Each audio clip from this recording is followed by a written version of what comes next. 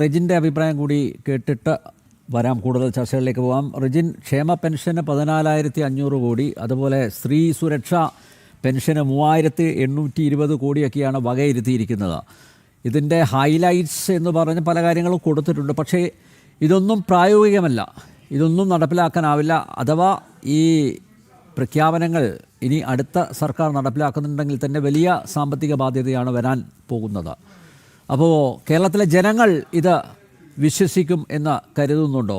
ഈ പ്രഖ്യാപനങ്ങളിൽ എന്തെങ്കിലുമൊക്കെ അടിസ്ഥാനമുണ്ട് എന്ന് കേരളത്തിലെ സാധാരണക്കാരായിട്ടുള്ള ജനങ്ങൾ കരുതുമോ? നോക്കൂ അനിൽ നമ്പ്യാർ, ഈ ബജറ്റ് എന്ന് പറയുന്നത് കേരള സർക്കാരിന്റെ കഴിഞ്ഞ 10 വർഷമായി ഭരിക്കുന്ന കേരള സർക്കാരിന്റെ സമ്പൂർണ്ണ പരാജയത്തിലേക്ക് കൂപ്പുകുത്തിയപ്പോൾ അവരുടെ ഒരു ഇലക്ഷൻ മാനിഫെസ്റ്റോ, അതായത് തിരഞ്ഞെടുപ്പിന് മുമ്പായിട്ട് നടക്കുന്ന ഒരു പ്രകടന പത്രിക എന്നുള്ള രീതിയിൽ മാത്രമാണ്, അത് സർക്കാർ സ്പോൺസേഡ് പ്രകടന പത്രികയായി പോയി എന്നുള്ളത് മാത്രമാണ് ഈ ബജറ്റിനെ പറ്റി പ്രധാനമായിട്ട് പറയാനുള്ളത്.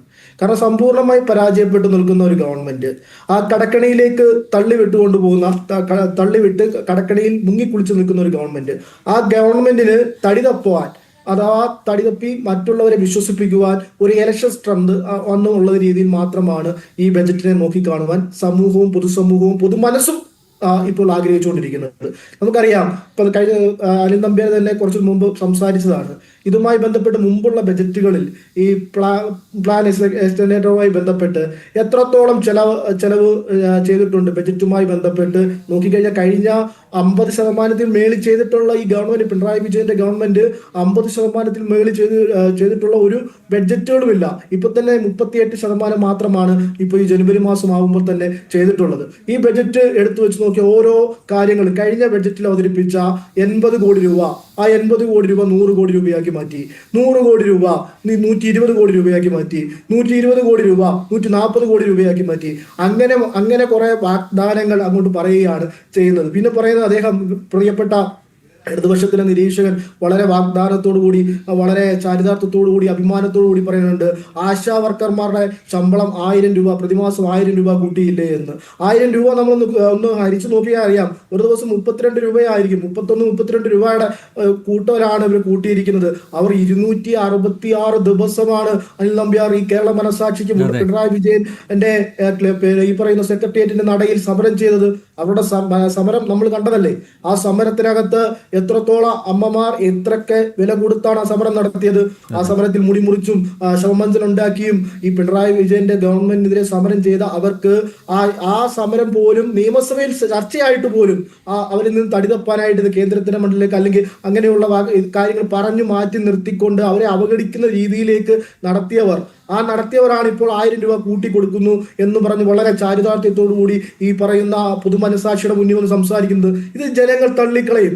ഇവിടുത്തെ പിണറായി വിജയന്റെ ഗവൺമെന്റിന്റെ ഇപ്പോഴത്തെ എന്താണ് അവരുടെ സ്ട്രാറ്റജി നമുക്കറിയാമല്ലോ. കിഫ്ബി എന്ന് പറയുന്നതുമായി ബന്ധപ്പെട്ട് നമ്മൾ മുമ്പൊക്കെ ചർച്ച ചെയ്തിട്ടുള്ളതാണ്. വെള്ളയാനയാണെന്നുള്ള കാര്യത്തിൽ യാതൊരു സംശയവുമില്ല. അതുമായി ബന്ധപ്പെട്ടിരുന്നിട്ട് കടങ്ങൾ നമുക്കറിയാം. ആ കടങ്ങളുമായി ബന്ധപ്പെട്ട് ഇനിയുള്ള വർഷങ്ങളിൽ അടയ്ക്കേണ്ട തുക കണ്ടു കഴിഞ്ഞാൽ കണ്ണു മഞ്ഞളിച്ചു പോകും. അതുപോലത്തെ തുകയാണ്. അത് ഞാൻ ഇവിടെ അവതരിപ്പിക്കുന്നില്ല. എങ്കിൽ പോലും ആ കടം അടയ്ക്കുവാൻ വേണ്ടി ഈ പറയുന്ന പെൻഷൻ കമ്പനിയും കിഫ്ബിയും മരിയൊക്കെ എടുത്ത് കടമടയ്ക്കുവാൻ വേണ്ടി തന്നെ എത്രത്തോളം തുക വേണം എന്നുള്ള ഇത് നിൽക്കുകയാണ് വീണ്ടും ഈ പറയുന്ന രീതിയിലേക്ക് വാഗ്ദാനങ്ങളുമായി വന്നുകൊണ്ടിരിക്കുന്നത്. ഈ പറയുന്ന ക്ഷേമ പെൻഷന്റെ കാര്യം അദ്ദേഹം പറഞ്ഞു, ക്ഷേമ പെൻഷൻ വർദ്ധിപ്പിച്ചില്ലല്ലോ എന്നാണ് അദ്ദേഹം പറയുന്നത്. ഞങ്ങളുടെ ഇലക്ഷൻ ഇതാണ്, ക്ഷേമ പെൻഷൻ ഞങ്ങൾ വർദ്ധിപ്പിച്ചില്ലല്ലോ. തദ്ദേശ തെരഞ്ഞെടുപ്പിന് മുമ്പായിട്ട് ഈ പറയുന്ന 2400 ആക്കാമെന്ന് പറഞ്ഞ ക്ഷേമ പെൻഷൻ 2000 ആക്കി കൊടുത്തു.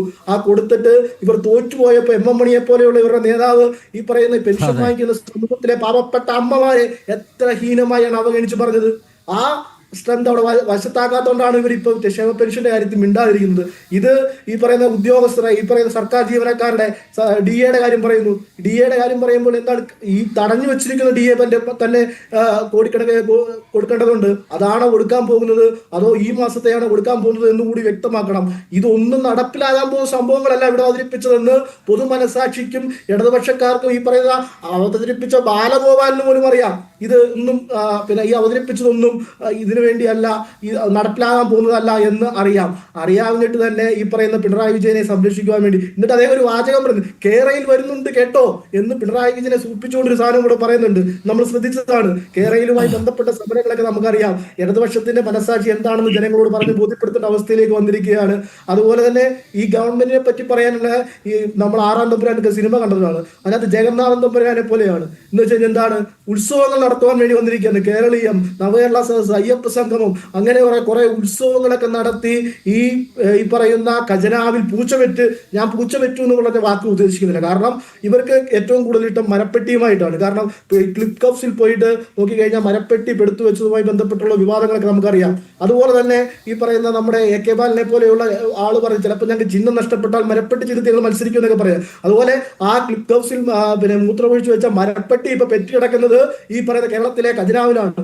അങ്ങനെയുള്ള കേരളത്തിലെ ഖജനാവ് വെച്ചുകൊണ്ടാണ് പൊതുസമൂഹത്തെ കളിയാക്കുന്ന രീതിയിൽ ഒരു ഇലക്ഷൻ സ്ട്രാറ്റജിക്ക് വേണ്ടി മാത്രം, ഒരു ഇലക്ഷൻ സ്ട്രെങ്തിന് വേണ്ടി മാത്രം അവതരിപ്പിച്ചൊരു ബജറ്റാണ് ഈ ബജറ്റ് എന്ന് ഈ നാട്ടിലെ ഏത് ജനതയോട് ചോദിച്ചാലും മനസ്സിലാവും. അതുപോലെ കർഷകരെ അവഗണിച്ചുകൊണ്ടുള്ള ബജറ്റ്, കർഷകരെ പറ്റി ഇപ്പൊ പിന്നെ ആത്മഹത്യ ചെയ്ത കർഷകരെ പറ്റി നമുക്കറിയാം. കുട്ടനാട്ടെ പ്രസാദിനെ പോലെയുള്ള ആത്മഹത്യ ചെയ്ത ആൾക്കാരെ പറ്റി നമുക്കറിയാം. ഈ ഗവൺമെന്റിന്റെ സമയത്ത് വന്യജീവികളുമായി ബന്ധപ്പെട്ട ഉള്ള അക്രമങ്ങളെ പറ്റി അറിയാം. അതുമായി ബന്ധപ്പെട്ട് പോലും കഴിഞ്ഞ ബജറ്റിൽ അവതരിപ്പിച്ച പൈസയുടെ 40% പോലും ഇവർ മുടക്കിയിട്ടില്ല. വീണ്ടും അത് കൂട്ടിവെച്ചിരിക്കുകയാണ്.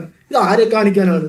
ജനങ്ങളെ കളിയാക്കുന്ന രീതിയിലേക്കുള്ള ഒരു ബാലഗോപാലിന്റെ ഒരു രാഷ്ട്രീയ പ്രസംഗം, അതിനിടയ്ക്കെല്ലാം രാഷ്ട്രീയപരമായിട്ടുള്ള പരാമർശങ്ങളെല്ലാം നമ്മൾ ശ്രദ്ധിക്കുന്നുണ്ടായിരുന്നു. രാഷ്ട്രീയപരമായിട്ടുള്ള പരാമർശങ്ങളൊക്കെ പറഞ്ഞ് ഈ പറയുന്ന ജനങ്ങളെ പറ്റിക്കുന്ന രീതിയിൽ ഒരു രാഷ്ട്രീയ പ്രസംഗം, അത് AKG സെന്ററിൽ നടത്തേണ്ട ഒരു പ്രസംഗം കൊണ്ടുവന്ന് നിയമസഭയിൽ പ്രസംഗിച്ച് കുറെ കണക്കും പറഞ്ഞു പോയെന്നല്ലാതെ ഈ ബഡ്ജറ്റുമായി ബന്ധപ്പെട്ട് യാതൊരു കാര്യങ്ങളും കേരള മനസാക്ഷിക്കോ അല്ല കേരളത്തിന് ബോധ്യപ്പെടുന്നില്ല എന്നുള്ളതാണ് സത്യസന്ധമായിട്ടുള്ള കാര്യം.